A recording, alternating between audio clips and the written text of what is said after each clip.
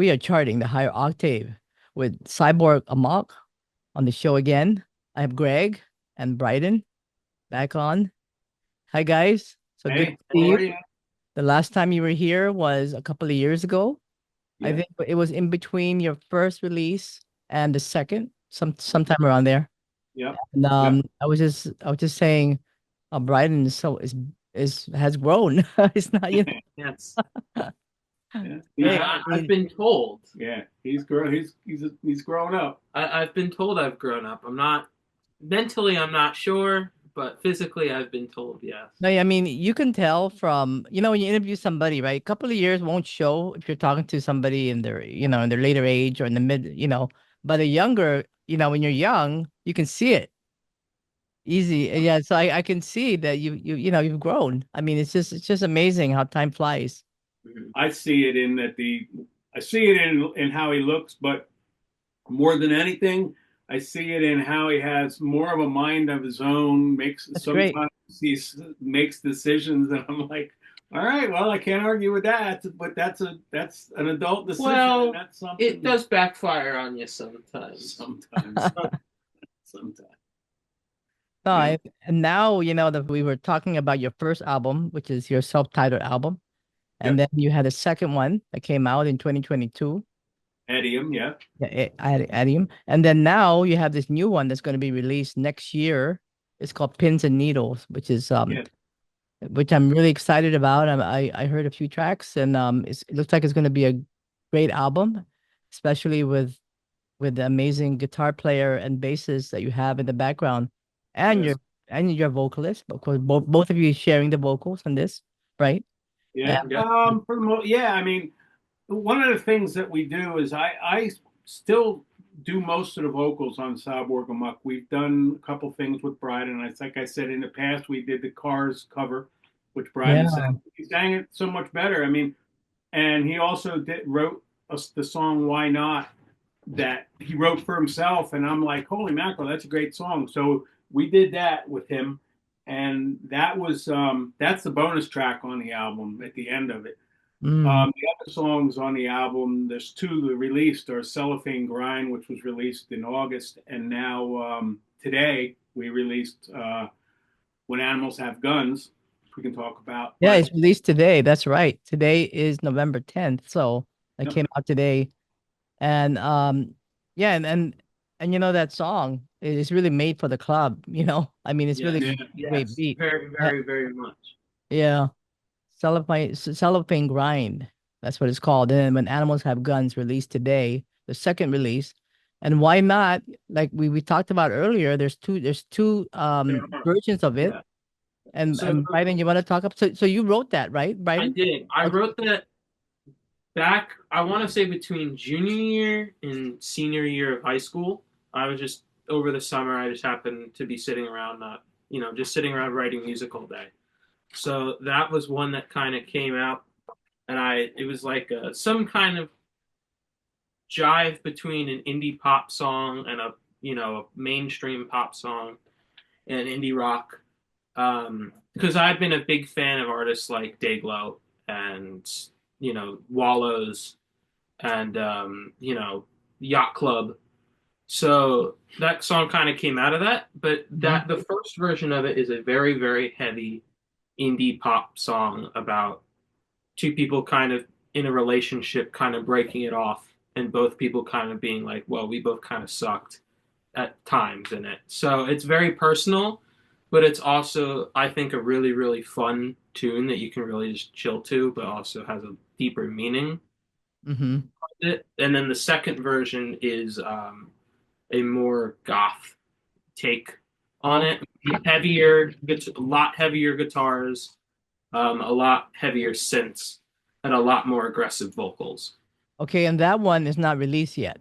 no, that was the second version we did release back in January as a single, which maybe it was December last year, which was we put it on that we're putting on Pins and Needles as a um, bonus track, and the reason that we're doing that is because in making Why Not, we worked with David Barron, who is Peter Murphy's producer on the ninth album. Mm. Having Oh, that's a great album. and I met him through Emilio, who I've known for many years, Emilio China. And so we reached out to Mark and through David, who I'd already met in the past, and asked him if he would do the guitar work on the Why Not Cyborg Amok version of Why Not. So Mark played the guitar on it, and Emilio played bass, and then Brydon sang it, and David Barron produced it. And he produced both versions of it. Yeah, he produced both versions of it. So when the song came out, we were working on Pins and Needles, and I had a whole bunch of songs that we were developing and working on. Cellophane Grind was one of them. So the experience with working with Mark on that song was so working with him was so cool. He's so easy to work with. He's such a good guy. But I met him back when Peter Murphy was touring. I believe it was the ninth album, and I had gone to see Emilio while he was in Philly on a show to visit him, and Mark was there, and I met him in the dressing room, and we hung out and talked for a little bit. I'm not even sure if he remembers that, but he was fun to be there. But when I saw him play that night, I was blown away by just how good of a guitar player he is, how individual his guitar style is. He's such a great guitar player. He became one of my favorite guitar players instantly. So long story short, I mean, when we started working on Pins and Needles, I talked to Emilio, said, "Hey, can you guys, can you do some bass stuff for us?" He's like, "Yeah, I'll do that." And I said, "I'm going to reach out to Mark." So I reached out to Mark, and he said, "Yeah, I'll be glad to do that stuff with you." So so that's how Mark Thwaite got on to our record. Yeah. Now. So Mark Gemini Thwaite is the guitarist for this album. Yes. Pins and Needles, and playing bass is Emilio China. Yes. Yeah. Yes. Correct. That's totally amazing. I mean, I'm so glad you got these guys on because Mark is amazing. Yeah, he's such an amazing guy, and he just got married. So if he's watching this, congratulations to him and Ashley. Yeah. And it's such a great album. I can already see it. I love the first track you released, which I think is great for the dance floor. If anybody's listening out there. It's very driving, very, very, very danceable and very driving. It's kind of a theme for the goth night dance floor stuff. I mean, we wrote it we've done a bunch of shows, a bunch of live shows over the last couple of years. And a lot of them were dance party nights, dance floor nights, goth nights, those kind of things, DJ driven stuff that they'd have live performances during the course of the night. And that song just came out of that one. I came up with a rhythm and the patterns and the drums Brydon worked on, and we just put it all together, and that's the song that came out of it. So we were really happy with that when we did it. It was a cool song. Yeah. So how many for those who may not know, how many tracks, how many songs are you releasing in this new album? Including the bonus track of Why Not, 12 altogether, it looks like. 12, okay. Yeah. And when do you think you'll be releasing it around? I know it's 2025 early. Yeah, we're hoping for the end of January, maybe the beginning of February. Here's the issue, is because we're working with Mark and Emilio, those guys are in demand. Lots of people, I mean, they're out. Emilio's on tour right now, so I'm waiting for him to get back to do some bass tracks to finish out the bass tracks. Mark he's done a bunch of tracks. He's really great about getting things done pretty quickly. But he went away and he got married and he's trying to settle in and get things going. So we're still waiting for some more tracks for him. Brydon is in university for music, so he's got a challenge with having time to do scheduling. Although we do our drum tracks at the studio where he goes to school, so that helps us. And then Mark's going away in December to do, for some touring in the UK. So, and then I have to mix it, and I'm producing it and all that. So the short answer is yes. We're hoping for the end of January. Stay tuned because we're doing best we can to get it out on time. Yeah. Well, I'm sure you will. I would don't rush it. I think it's gonna be. I think when it's time, it'll be released. Be Mhm. released at the right moment. I mean, all of the songs are pretty much arranged and put together. It's just a matter of adding, like there's bass tracks in it, but they're all me playing them on the keyboards and on some of them, and that's the stuff that Emilio's gonna do his thing. There's drum tracks that Brydon has to finish yet. I mean, one of the things about working with Emilio and Mark is that as a producer, I don't tell them what to do, because the reason they're a part of the project is because I want what they do on their own to be what is ingrained into the final product that we're putting out. So it's really fun that way because I can send them ideas, and then what I get back is just blows me away every time. It's not what I expected usually. It just and maybe it is because I want what they do. I want that sound that they generate, but it just amazes me what they come up with, their ideas when I get them back. And Mark's pretty funny because I'll send him just a rough idea, and he'll send me maybe 6, 8 track guitar parts. And then my job is at the end is to go through and pick out the parts and the pieces to put it all together to make it work for the song the way we want to do it. That's great. Um, So I know like a lot of these songs they're not done, they're not finished yet. So do you have can you tell us a theme or something about this particular album? well, you want to say anything, or I just keep going? Well, no, you're fine. You write the music together, but a lot of them are your ideas. Yeah. I don't know. I think the album's more. A lot of the songs are about what goes on in the world. Yeah. I have a tendency lyrically. I write all the lyrics for our stuff for Cyborg Amok, anyway. And I'm very affected by the things that are going on in the world around us. And right now, I foresee like this album is pretty much lyrically and musically, it's more or less done and arranged. We just have to put it all together. But I foresee in the next 4 years a lot of music coming out from a lot of artists because there's going to be a lot of feelings that people want to get out. And that's the way Cyborg Amok has always been. All 3 of our records are basically dealing with loss, mourning, which has been true on every one of them. Yeah.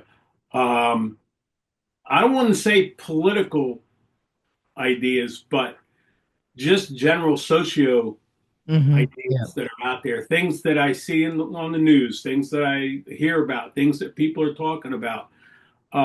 Whatever affects us, pretty much. Yeah, yeah. Like when animals have guns, that song if people go and listen to it, they can go on Bandcamp and find it. It's out on Spotify now on Cyborg Amok. That song is a powerful, in-your-face song. It was written kind of from the punk grunge vibe perspective because there's a problem, and it's my opinion, our opinion, but there's a problem. So that song basically is in your face about, look, this is what's going on. Check it out. Maybe we can do something about it. So far, we haven't been able to, but a lot of the songs are along those lines. There's a couple of there's like 2 ballads on this record. Yeah, I was enjoying the ballad. Death Because well, I don't know if I can say the name of the song.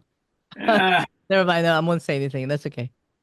Yeah, well, the one you were going to mention was very. I think that was very. That was the most personal. It's the most personal, and which one? The one that you just mentioned. You were about to mention. I mean, I'll mention it. It's on actually, if you go to our Bandcamp page, there's a track listing there. Now, the track listing could change, but the song that you're talking about, Death Becomes a Cloud, I wrote it after we had a loss in the family that was completely unexpected. The person was young, basically went into the hospital and didn't come out. And it was the person was very entwined in our family. And it was devastating. And it happened over the Christmas holidays last year. So I had to say something. And it also reflects, though, I have a friend of mine whose wife had passed away a year ago this past summer. We've had other people in our lives. So really it's just about loss, and it's about how when death is inevitable, but when it comes into your life and when it happens, it puts this cloud over you, and it really never goes away. If that person or that, I mean, it doesn't even have to be a person. It can be a dog, to be honest with you. But when that soul goes away, it never leaves you. And so you've got this cloud over you because of it. And that's kind of what I was trying to get at with this song. So people, they're watching this, I mean, that's something that they can look for when the record comes out, and they'll know what the song is about. I also think from a musical perspective, it's a very in-depth and touching song, but up until this point, we haven't really had a ton of ballads. So, I mean, there's been a couple here or there, but now they feel a lot more fleshed out. And also, they're, I feel like at this point, a nice addition to not just the album, but the full catalog that we've been building. Yeah. That's great. I'm so glad you guys are explaining this a little bit more, because it does help a lot in understanding the music. Interviews are great because that's how people know a little bit more, I mean, you've got the super secret code to get to listen to those songs, right? So you listen, if you go to listen to Death Becomes a Cloud again, I will let you in on one thing about it. When I sang that song, I was at home by myself in the studio here. Brydon was away at school. And I wanted to get the vocal track. I wanted to get just the rough track down. And it took me a long time to sing it and get through it.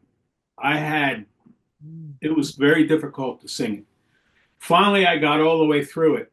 But in it, you can hear how devastating the whole experience was for me in my voice. So when I played it for Brydon later that week, we were on our way to rehearsals. I said, "Here, check out this vocal track." And the first thing he said when it was done, because I was planning on re-recording the vocals, and I could probably get through it now and be a lot more, you wouldn't hear that emotion in it. But I mean, would you do that?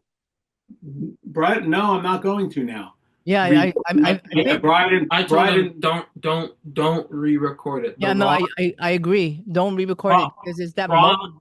Yeah. Being raw is a gift in music, and it's needed, and it's. What did you say? Say it again.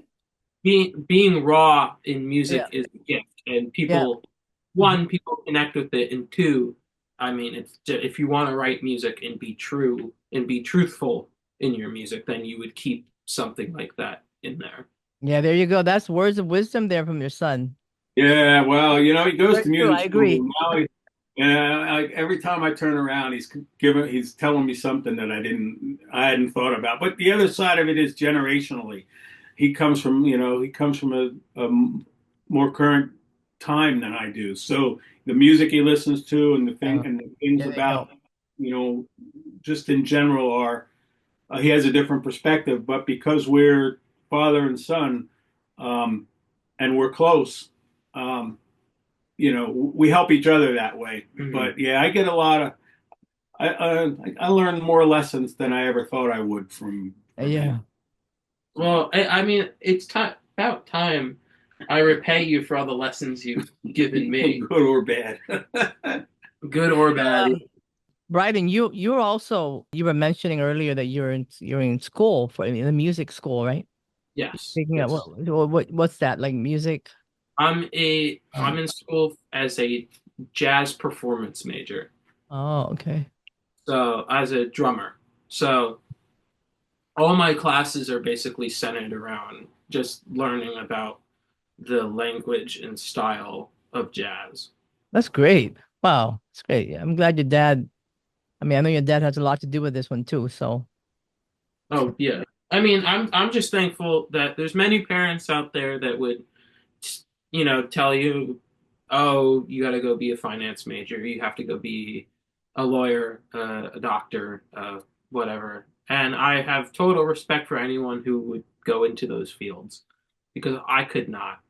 But I'm very thankful that I had parents that were like, if music is really what you want to do, and we're gonna get you to the point where you can do it right and not just be for more or less, just another person trying to make it in the music industry, give you the tools to actually be like, if you're gonna do it, you're gonna go for it, and you're gonna actually understand what you're doing.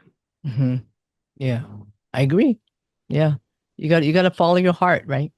Yep. Yeah, Yep. but that's the if you follow your heart, everything else will follow that. So, Yep. Well, the other thing too, I don't know, I don't need to be philosophical, but as a parent, you want your kids to be successful, and part of that is allowing them to be successful in the things that are important to them. Because if you try and force them to do things that they don't want to do, um, their success in your eyes might not be a success in their eyes. And right. each of us as individuals have to be successful in what we do. Mhm. As far as how we feel. Am I successful at what I'm doing here? Absolutely. Am Yeah. I making a living at it? Probably not. But I'm Yeah. still involved in the music business. I still, make a living in the music business, but not quite making a lot of money on our Mhm. records. Yeah, Uh, yeah.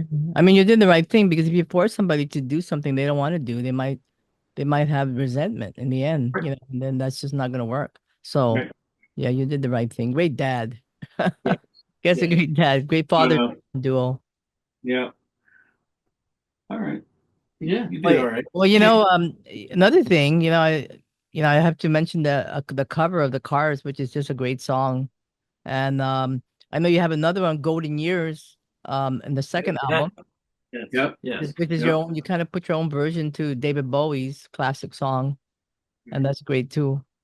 Yeah. I mean, when we did Golden Years, I've always said that it's Bowie. You can't make Bowie better. You can't like, and you don't mess with him either. Like you don't do a Bowie song and turn it. I believe you don't do a Bowie song and turn it into this, EDM or there's some sort of a, industrial thing that doesn't really work. I guess you can, and people might gravitate to it, but for us, I just felt like, I wanted to keep it sort of natural. Hmm But I can't do what Bowie did. It's not. I mean, the one thing about Cyborg Amok is, and my solo material is that I do what I do, and I can't fake it and do stuff. I'm not a good cover guy for the most part. Um, I have to do what's true to me and my musical soul. So that's what Golden Years was about. Was just how I approached it, not trying to copy Bowie, but not trying to deviate from what the song is, Mhm. really makes the song what it is. So hopefully people it's that and Cars are actually the two most played songs or most streamed songs that we have at this point. Now, people got to check out Cellophane Grind if you're watching this video, and you can find this. Is it Bandcamp? Yeah, Bandcamp. Oh, But it's also Spotify. I mean, some people use Bandcamp, some people hate Bandcamp and like Spotify. I mean, I'm a big Spotify proponent. I think it has. But if somebody wanted to download it, Yeah. the best way would be Bandcamp, right? Bandcamp. Yeah, Yeah. absolutely. Yeah, you can buy it on Bandcamp. Yeah. And eventually you can actually buy the whole record, the whole album on Bandcamp in advance, and then as the songs come in, you get them all as they come Oh, through. okay. All right. We had people. I mean, but one of the things about the album that's kind of funny is I put it up and I put this track listing and on Bandcamp, and I actually just put the whole album up, and the thing that ended up happening was that people started buying the whole record. There wasn't even all the songs there. They bought Cellophane Grind and Why Not. And now today, when Animals Have Guns come out, but there's people that have already bought the whole record, I guess, anticipating what it's going to be. So now we have to finish the record, and we have to do it. Yeah, you got it. Yeah, sure. We got people out there waiting for it. Yeah, so Pins and Needles will be released next year. But right now, people want to check out the 2 singles. It's out now on Bandcamp. They can go there. You're gonna have the guitarists and the bassists, Mark Gemini Thwaite and Emilio Zef China on these songs.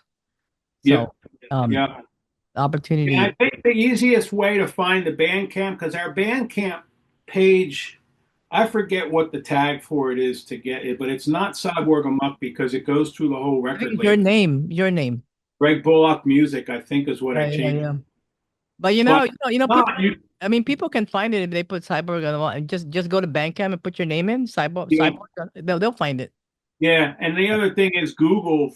We have a lot of over the last couple of years, we've had a lot of Google pages. So if you just go to Google and put Cyborg Amok in, all kinds of stuff pops up. So you can go to interviews and Bandcamp and Spotify and all that. I mean, you guys are the only ones with Cyborg Amok, so they'll find it. Yeah. That's a really good. That's smart to use something like that nobody has. Yeah. Yes. It came about in an interesting way. That name. We were looking for a name, and I probably told this story a million times, but I've had both my knees replaced and my shoulder replaced, and my eye lenses replaced in the course of the last 10 years. And when we were looking for a name for the song, we were sitting around a kitchen table, and obviously, Brydon and I are in the same house, and Mom's here, and talking about stuff. And he told me I was talking about my replacements, and he said, "Dad, you're like a cyborg." Well, at that time, we were looking for this song or for the name for the band, and like the name Cyborg stuck, and then I don't know how Muck really came about, other than the fact that A, it sounded cool, and B, we sort of Cyborg Amok is not like we're in sort of the post-punk goth realm, but we're not really just that. Like our music is across the board. Like we just go and write and do what we do. We don't. There's no formula. Like going forward, it's it sounds like we sound because that's what we do. So I guess we're kind of a muck in the music genre world, we like it. And when we started it, we didn't know how long it was going to go. I mean, we started before in 2019 this project, and it was before COVID and everything. Actually, COVID was an advantage to us, crazy enough, because while we were stuck at home for all that time, just sitting at home and not being able to go anywhere or do anything, we wrote the second album, did the whole second album in that time. 5 years. It's been 5 years. Yeah, we've been together 5 years. We put up with each other for 5 years. Yeah, most bands can't do that. That's true. That's some of them. Oh yeah, you guys are blood. No, we haven't. Not on stage. I mean, you guys are blood, so you have that connection, and of course, I mean, you guys are supporting each other no matter what, and that's an important thing. Yeah. And the interview we did, I'm gonna put a link to that, and so people can just that interview was actually really informative about your music and how you started. That first interview. I'll Yeah. put a link to that and also to this one. But thank you so much for doing this interview. I really appreciate the information because then I Thank understand more, and other people will too. And I'm looking forward to the release next year, whenever month it comes out. I'm sure it's going to be great. I have heard the songs, and it looks really good. So I'll wait for the finishing touches to it. And you. We really appreciate you having us of for course, sure. yeah, no, thank you, Greg and Brydon. Appreciate it. Yeah, you I guys are a promise, great. You guys are a great team, Thank you. and you'll be one of the very first to get the record when it's fully out. And in fact, thank I'll you. get you as does. I don't know that we're going to do any more singles. So when it's ready to come out, you'll get the whole thing. Yeah, Mhm. thank you. All right. Well, thank you for joining me, and you guys, good luck, and I'll see you guys in another interview when the next album comes out. Okay. All right. Awesome. Yes. Thank you.